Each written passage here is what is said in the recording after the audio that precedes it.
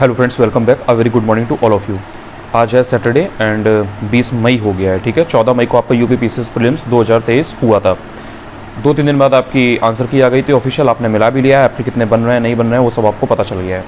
अब main point ये है, जो एक इशू निकल के आ रहा है, जो इस समय जो आपको सबसे ज़्यादा डिस्टर्ब कर रही है चीज़, वो ये है कि बॉर्डर लाइन पर है। किसी के 84 बन रहे हैं, किसी के 83 बन रहे हैं, किसी के 85 बन रहे हैं, किसी के 88 बन रहे हैं।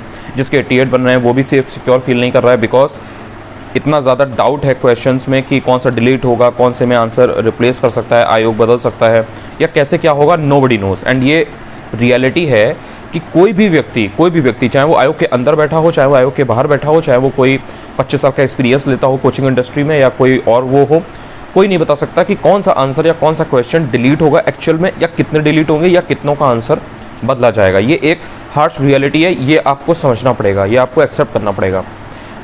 आपने 10 क्वेश्चंस पे आपत्ति जताई या 6 पे आपने ऑब्जेक्शन किया कि भाई ये ऐसा ऐसा है।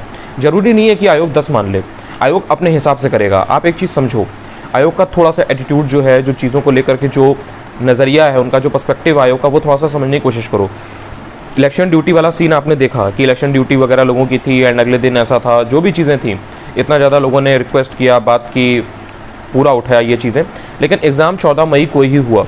सो आयोग अपने हिसाब से काम करता है। वो ये नहीं देखता है कि आप हर चीज़ में आप क्या ऑब्जेक्शन लगा रहे हो या आप क्या देख रहे हो, उसके अकॉर्डिंग क्या है, बाकी चीज़ों के अकॉर्डिंग क्या है, वो देखता है। सो इसलिए आपको ये समझना पड़ेगा कि आप कैटेगरी के हिसाब से अपना देख लो। जैसे अगर विमेन हैं, फीमेल हैं, तो उनका आपको पता है कि कम जाता है, तो उसके हिसाब से आप एक देख लो। मैंने ऑब्वियसली बताया था कि हाँ 84-85 अगर आपका है तो आप मतलब लग जाइए। बाकी 85 प्लस वाला या 85 वाला सेफ़ है। 84 वाले का भी हो सकता है, बट इट्स लाइक कि वही है कि यार आपके 4 क्वेश्चन हैं, अब आपने उसमें से ये मैटर करता है ना कितने क्वेश्चन आपने अटेम्प्ट किए हैं। अब आपने अगर जितने भी डाउट वाले क्वेश्चन हैं अगर वो अटेम्प्ट नहीं किए और आपके 84 भी बन रहे हैं, तो आप औरों से ज़्यादा सेफ हो। आप ये चीज़ को समझो।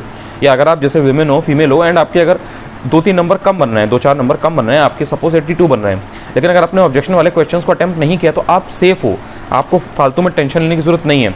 दूसरी चीज़ यहाँ पे आपको ये समझनी पड़ेगी, मतलब मैं इस चीज़ पे एम्फेसिस इसलिए दे रहा हूँ बिकॉज इस समय बहुत से लोग ऐसे हैं, मतलब जिन्होंने प्री के लिए बहुत मेहनत की है, अच्छा खासा समय लगता है, मेहनत लगती है, आपको मालूम है। आपने मेहनत करके आपने प्रीलिम्स क्लियर किया, या आप उस स्टेज पे हो, आप उस एज पे हो, बॉर्डर लाइन पे हो। अब इस समय क्या हो रहा है कि आज 20 मई हो रही है, कल रात तक मेरे पास बहुत सारे मैसेज, कम से कम 12-13 मेल रोज आते हैं। एंड मैं आपको बहुत जेन्युइनली बता रहा हूँ ये चीज़ें, वो सब सिंसियर बंदे हैं, सिंसियर एकदम लड़के लड़कियाँ हैं, कोई ऐसा नहीं है कि कोई टाइम पास कर रहा हो। They are very serious and वो अभी कन्फ्यूज हैं, दे आर डाउटफुल कि भाई मेरा होगा कि नहीं होगा, यार मेरा होगा कि नहीं होगा, भैया मेरा होगा कि नहीं होगा, बिकॉज ऐसी सिचुएशन है। अब यार देखो, मैं इसमें किसी को मैं झूठी सिंपैथी नहीं दे सकता, ऐसे सिंपैथाइज में कर नहीं सकता कि भाई मत पढ़ो तुम, या पढ़ लो, या ऐसा हो जाएगा वैसा हो जाएगा। यार जो रियलिटी है मैं वही शेयर कर सकता हूँ। अगर आपको लगे इस बात में दम तो आप वो चीज़ करो, वरना अपने हिसाब से देखो कि भाई क्या हो सकता है, और जगह देखो, थोड़ा सा लोगों से बात करो।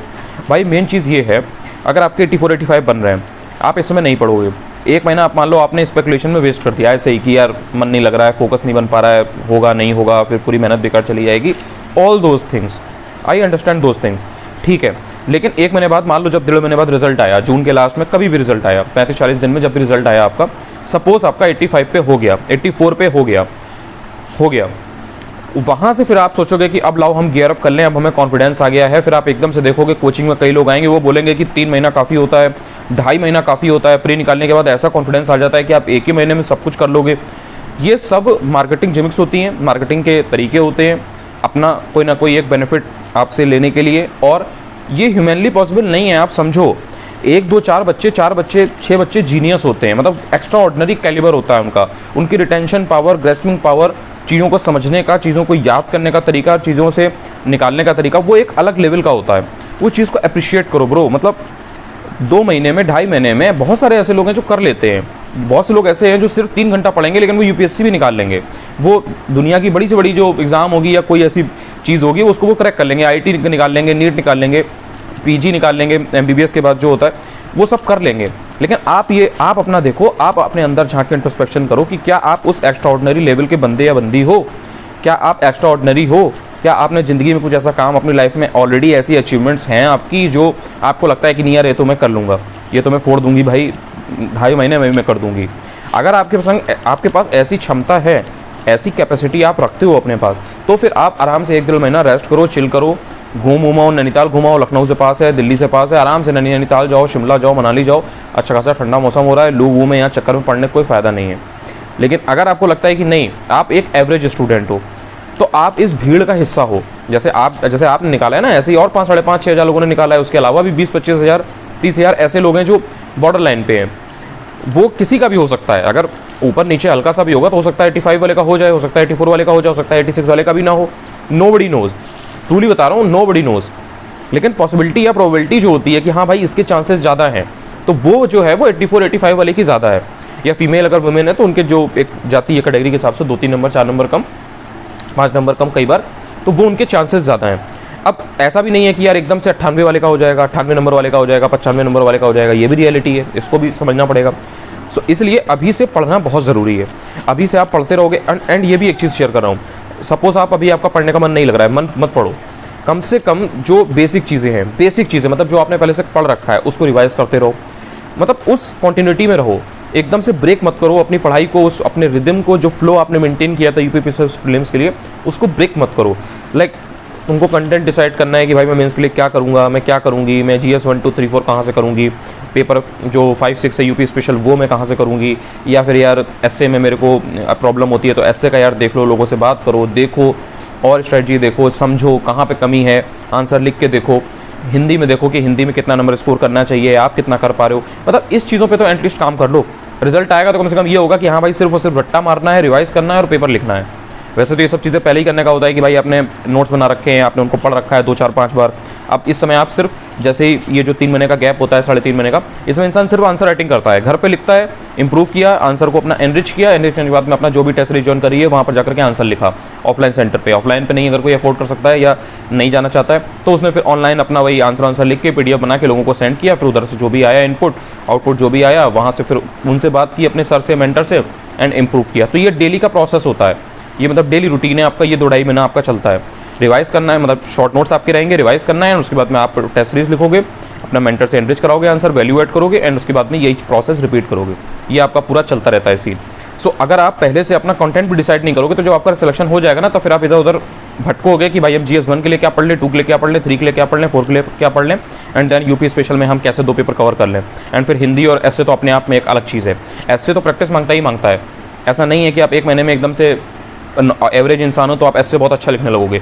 उसके लिए you need practice, and practice के लिए वही है कि आप अभी से एटलीस्ट एक एसए लिखते रहो, हफ्ते में एक एसए लिखते रहो। ना भी लिखो तो कम से कम यार पढ़ते रहो, दिमाग अपना एक्टिव करो, ब्रेन जो है ना उसको एक्टिव करो, खोलो, कम से कम चीज़ों के बारे में सोचना शुरू करो, कम से कम न्यूज़पेपर पढ़ना शुरू करो। न्यूज़पेपर नहीं पढ़ रहे हो तो अच्छी अच्छी मैगजीन पढ़ो, रूरल डेवलपमेंट के बारे में पढ़ो, इंडस्ट्रियलाइजेशन के बारे में पढ़ो, करेंसी के बारे में पढ़ो कि भाई क्या चल रहा है, या डिजिटल रुपये वाला जो अभी RBI ने जारी किया था उसका क्या सीन है, क्या चल रहा है, मॉनेटरी पॉलिसी इसमें क्या चल रही है, बजट में क्या चल रहा है। सो ऑल दिस थिंग, मतलब इन सब चीज़ों के बारे में थोड़ा थोड़ा आइडिया होना चाहिए मोटे मोटे लेवल पे, जहाँ पे एनालिसिस की जरूरत होती है, जिसमें जो प्रॉस एंड कॉन्स होते हैं कि भाई अगर कोई स्कीम चल रही है इस समय, सबसे बड़ी अगर स्कीम कोई चल रही है, जैसे अगर प्रधानमंत्री आवास योजना है तो उसका पता होना चाहिए कि बजट में कितना एलोकेशन है, अभी तक कितने बनवाए जा चुके हैं, कितना इससे फ़ायदा हुआ है, क्या इससे चीज़ें हुई हैं। जल जीवन मिशन है तो इसमें कौन सा स्टेट ऐसा है, कौन सी यूनियन टेरिटरी ऐसी है, कौन सी जगह ऐसी है जहाँ पे हर घर में जल है, हर घर में नल है। तो इस तरीके की जो कनेक्शन है कि सबको कनेक्शन दिया जा रहा है, तो ये सब चीज़ें आपको पता होना चाहिए। सोलर सिस्टम का क्या चल रहा है, कितनी रिन्यूएबल एनर्जी हमारे यहाँ जनरेट हो रही है, कितने का लक्ष्य रखा गया है, टारगेट कितने का है 2030 तक, 2045 तक कितने का टारगेट है, अभी हम कितना बना पा रहे हैं, प्रोडक्शन अभी हमारा कितना है सोलर एनर्जी का, या उसके बाद हम 2030 तक हमने कितना लक्ष्य रखा हुआ है। तो एग्जैक्ट डेटा मालूम होना चाहिए, एटलीस्ट आपके पास डेटा बैंक होना चाहिए कि हाँ भाई इकोनॉमी में ये इंपॉर्टेंट डेटा है, ये इंपॉर्टेंट यहाँ पे रिपोर्ट आती है, ये इंडिया इनोवेशन इंडेक्स है, यहाँ पे ये सामाजिक गतिशीलता वाला इंडेक्स है, इसमें यहाँ पे पुडुचेरी ऊपर है, यहाँ पे गोवा ऊपर है, यहाँ पे ये सबसे नीचे है, झारखंड बिहार में सबसे कम चल रहा है। सो इस तरीके से आपको जो मेन जो इंडिया की रिपोर्ट्स हैं या जो इंटरनेशनल रिपोर्ट्स हैं, लाइक अगर कोई पेंडेमिक चल रही है या कुछ है तो उसके बारे में WHO की कोई रिपोर्ट है अगर, तो इस तरह से ये सब चीज़ें जब आपको डेटा बैंक आपके पास होगा कि इकोनॉमी का ये है, पॉलिटी का ये है, इसका ये है, उसका ये है, तो आप वहाँ पे जब आपको आंसर में एनरिच करना होगा, वैल्यूएट करना पड़ेगा, तो आपको इसका मुंह नहीं देखना पड़ेगा। आप उसमें तुरंत अपनी कॉपी उठाओगे, रिवाइज करोगे, अच्छा हाँ इसमें ये था, तुरंत उसको वहाँ से आप देख लोगे। सो ये सब काम एटलीस्ट अभी कर लो। इन सब में आपको बहुत ज़्यादा इंटरनेट की जरूरत पड़ेगी, गूगल की जरूरत पड़ेगी, तो वो सब चीज़ें आपको कोई बताएगा नहीं, एंड बताएगा तो सिर्फ वही बात है यार, वो भी सेम लिखेगा, आप भी सेम लिखोगे, तो आपको नंबर क्यों मिलेगा भाई? 1 रुपये का काम आप करते हो, 1 रुपये का काम दूसरा करता है, तो दोनों को 1 रुपये का मिलेगा ना, ऐसा तो है नहीं कि आपको 10 मिल जाएंगे। सो आपको अगर एक उस बगल वाले से जो आपके साथ मेंस लिख रहा है उससे एज लाना है, आपको उससे ऊपर आना है, आपको मेंस क्लियर करना है, उससे ज़्यादा प्रोबेबिलिटी बनानी है, तो आपको उससे अलग काम करना पड़ेगा, आपको अपना आंसर उससे अच्छा लिखना पड़ेगा। आपको पूरे के 20 के 20 आंसर कंप्लीट करने पड़ेंगे, 15-16 आंसर उसमें से अच्छे लिखो, 2-3 आंसर अगर आपके एवरेज भी हैं तो चलेगा, और बाकी जो एक दो हैं उनमें तो इंसान मतलब निपटाता है बस। तो ये जो डेटा बैंक वाली चीज़ें हैं, और जो नेट वेट से आपको चीज़ें देखनी है, किसी की डेफिनेशन क्लियर नहीं है तो वो डेफिनेशन क्लियर करो, एकदम शॉर्ट में हर चीज़ का इंट्रोडक्शन तैयार होना चाहिए। इंट्रोडक्शन का मतलब यही है कि जो भी टॉपिक चाहे वो कोई भी पेपर हो, पेपर 1, 2, 3, 4, उसमें जो टॉपिक है उसके बारे में 4 लाइनें आपको पता होनी चाहिए कि हाँ भाई, उसमें स्टार्टिंग में एकदम से कोई पूछ दे कि हाँ भाई ये क्या है, या ये योजना क्या है, या अगर अटॉर्नी जनरल के बारे में या प्रेसिडेंट की अगर वीटो पावर के बारे में पूछ दे तो आपको 4 लाइन ऊपर की पता हो कि हाँ भाई इसमें मैं ये लिखूंगा या इसमें मैं ये लिख दूंगी। तो ये होता है आपका इंट्रोडक्शन, तो वो आपका तैयार होना चाहिए हर टॉपिक का, वो आपका टॉपिक कोई बदल नहीं जाएगा। जितने भी टॉपिक है मोटे मोटे आपको मालूम है, एंड उसमें जो यूनिट्स सब यूनिट्स हैं वो सब आपको मालूम है। सो ये सब जो बेसिक काम है ना, ये एटलीस्ट अभी कर लो, अभी इतना प्रेशर नहीं है। मतलब आई अंडरस्टैंड योर सिचुएशन कि अभी उतना फोकस नहीं बन पा रहा होगा कि बैठ के एकदम से आंसर लिखें, ये करें वो करें, लेकिन कम से कम ये सारी चीज़ें जो है वो की जा सकती हैं। तो ये सारी चीज़ें आप अभी कर लो, बिकॉज अगर ये टाइम आपने वेस्ट कर दिया या निकल गया, वेस्ट इन दी सेंस मैं ये नहीं कह रहा कि आप जानबूझ करके वेस्ट कर रहे हो, इंटेंशनली आपका कोई प्लान है कि आप इस तरीके की चीज़ें कर रहे हो। इट्स जस्ट कि यार वो हो जाता है मतलब इट जस्ट फ्लोज, और निकल जाता है टाइम, उसके बाद रियलाइज होता है यार अब टाइम कम है। फिर उसमें क्या होता है ना, एक चीज़ आप समझो, जब कम टाइम रह जाएगा तो आपको तो अंदर से है ही है कि मुझे को निकालना है, मैंने इतनी मेहनत से प्री निकाला है तो मेरे को मेंस निकालना है। फिर आप करते हो जल्दी करना है, उसमें ना आप एक्चुअल में उतना अच्छे से पढ़ पाते हो, ना उतना ग्रेस्प कर पाते हो, ना आप उतना अच्छे से लिख पाते हो, ना ही आप चीज़ें उतना अच्छे से तैयार कर पाते हो जो आपको करनी थी। आपने सोचा था यहाँ पे मैं ये भी इसमें डेटा बैंक दे दिया को तैयार करूँगा, इसमें मैं थोड़ा सा कोट वोट लिख के रखूँगा ऐसे के लिए। फिर क्या होता है, बस इंसान एक खाना पूर्ति करता है, बस एक फॉर्मेलिटी करता है कि बस लिखना है, चूँकि पेपर पूरा खत्म करना है तो ऐसे लिख रहे हैं, लेकिन ऐसे में वो बात नहीं है जो सोची थी कि मैं ऐसा कर लूँगा या कर लूँगी। सो बेटर है कि वो टाइम ना आए, वो टाइम आप ना देखो, और इतना इनस्टेबिलिटी आपकी ना आए दिमाग में।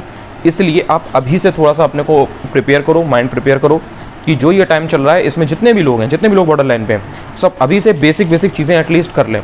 कोई अगर आपको टेस्ट सीरीज ज्वाइन करनी है तो अभी से देख लो, एनालाइज कर लो कि यार मैं किसका ज्वाइन करूँगा, किसका ज्वाइन करूँगी, थोड़ा सा कंटेंट वगैरह देख लो, पुराना अगर आपको कुछ मिल जाए, कुछ सैम्पल मिल जाए तो वो देख लो, और थोड़ा सा एनालाइज करो कि यहाँ कहाँ पे क्या में किस सब्जेक्ट में आप स्ट्रॉन्ग हो, किस में आप वीक हो, किस में आपने पहले से पढ़ा है, किस में आपने पहले से नहीं पढ़ा है।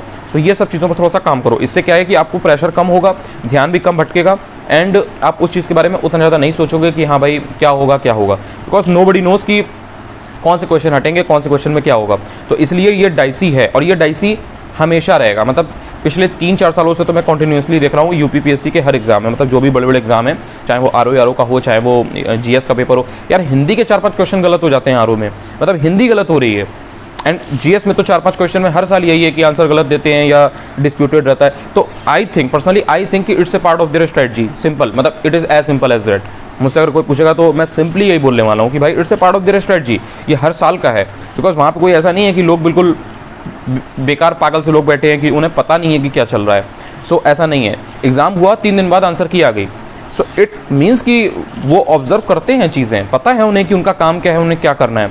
सो अगर उसके बावजूद भी इतने सारे क्वेश्चंस में चीज़ें ऐसी हो रही हैं कि क्वेश्चन इंग्लिश में कुछ लिखा है, हिंदी में कुछ लिखा है, हिंदी में कुछ मिसप्रिंट है, या हिंदी में कुछ गायब है, या फिर कहीं पे कोई क्वेश्चन है उसका आंसर एकदम ही अलग दे दिया है, हर जगह पे ऑफिशियल सोर्सेज में, रिसोर्सेज में, सारी चीज़ों में कुछ लिखा हुआ है बट ये अपना एक अलग आंसर मान रहे हैं। So I think it's a part of their strategy, but वही है कि कुछ किया नहीं जा सकता उसके बारे में अनटिल अनलेस कि सब लोग उस चीज़ को कंसीडर करें एंड उसके बारे में बात करें, फिर उसको लेकर के आगे जाएं, उसके पहले कुछ हो नहीं सकता।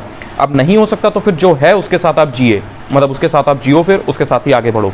सो मेन चीज़ यही थी, मुझे थोड़ा सा शेयर करना था, बिकॉज बहुत सारे लोग इसमें कन्फ्यूज हैं, और वो एक जेन्युइन चीज़ है, इसमें कोई डाउट नहीं है, बिकॉज पेपर ही ऐसा आता है। एंड आप ये चीज़ एक मान के देखो कि मतलब सोच के देखो कि यार आप जिन क्वेश्चंस पे आपत्ति जता रहे हो, ऑब्जेक्शन कर रहे हो, अल्टीमेटली कहीं ना कहीं आपका टाइम ही वेस्ट हो रहा है। मतलब ये कोई पॉजिटिव चीज़ नहीं है। सोचो अगर पेपर बिल्कुल अच्छा बनाओ, पेपर में कोई ऐसे क्वेश्चन नहीं हो, तो किसी इंसान को कोई डाउट ही नहीं होगा, आराम से वो 150 क्वेश्चन में से उसने अपना जो अटेम्प्ट किया होगा, जो जिसके नेट आ रहे होंगे, ऑफिशियल आंसर किसे मिलाएगा, जिसका होगा, नहीं होगा, वो इंसान अपने अगले साल का देखेगा, अगले साल का नहीं देखना होगा तो कुछ और देखेगा, कोई और एग्जाम देखेगा, लेकिन वो श्योर रहेगा, क्लैरिटी रहेगी उसके माइंड में कि हाँ यार ये ऐसा है, ये ऐसा है।